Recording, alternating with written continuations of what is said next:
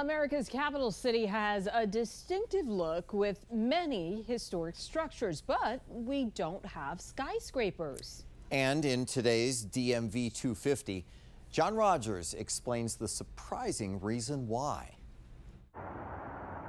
Washington, D.C. is known for its iconic sites like the White House, the Capitol, and famous monuments that lure visitors from around the world. But you don't have to crane your neck very high to get a look at the city. There's not a skyscraper to be found. Why do you think there are no skyscrapers in D.C.? Oh, because of the monuments. The Capitol, right? They prohibited them so that people can see the Capitol and Washington Monument from any area. No, that's not it. The reason D.C. doesn't have its own Chrysler building or Willis Tower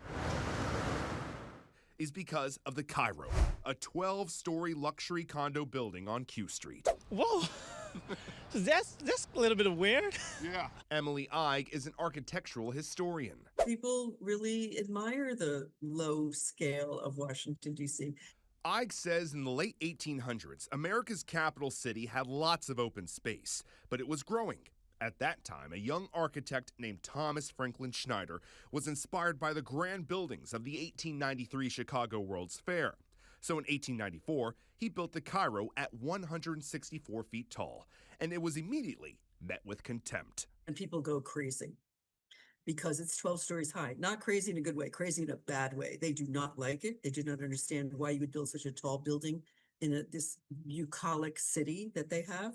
The D.C. Preservation League says many thought it was garish, oversized, and it blocked the light. There was a lot of fear. There was a fear of what if there's a fire, because there was a lot of fire in all the cities. Ige says the Cairo inspired Congress to pass the Height of Buildings Act.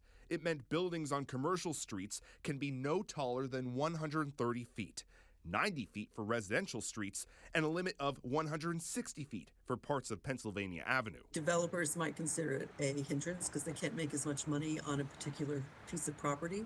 We have to dig down to do our parking. There have been some efforts over the years to change this, all to no avail. So today, the Cairo remains D.C.'s tallest residential building, and Ige thinks this is a good thing. Keeping that sense of openness and human scale to the city that I think a lot of people like, and I think it's very beautiful. I love the fact that D.C. is so beautiful and open and can be sunny when it's sunny. I think that it makes DC feel really homey. Virtually no one has succeeded in changing this law. In fact, back in the 1940s, famed architect Frank Lloyd Wright proposed building a series of 14-story towers in D.C., and even he was turned down because of this law.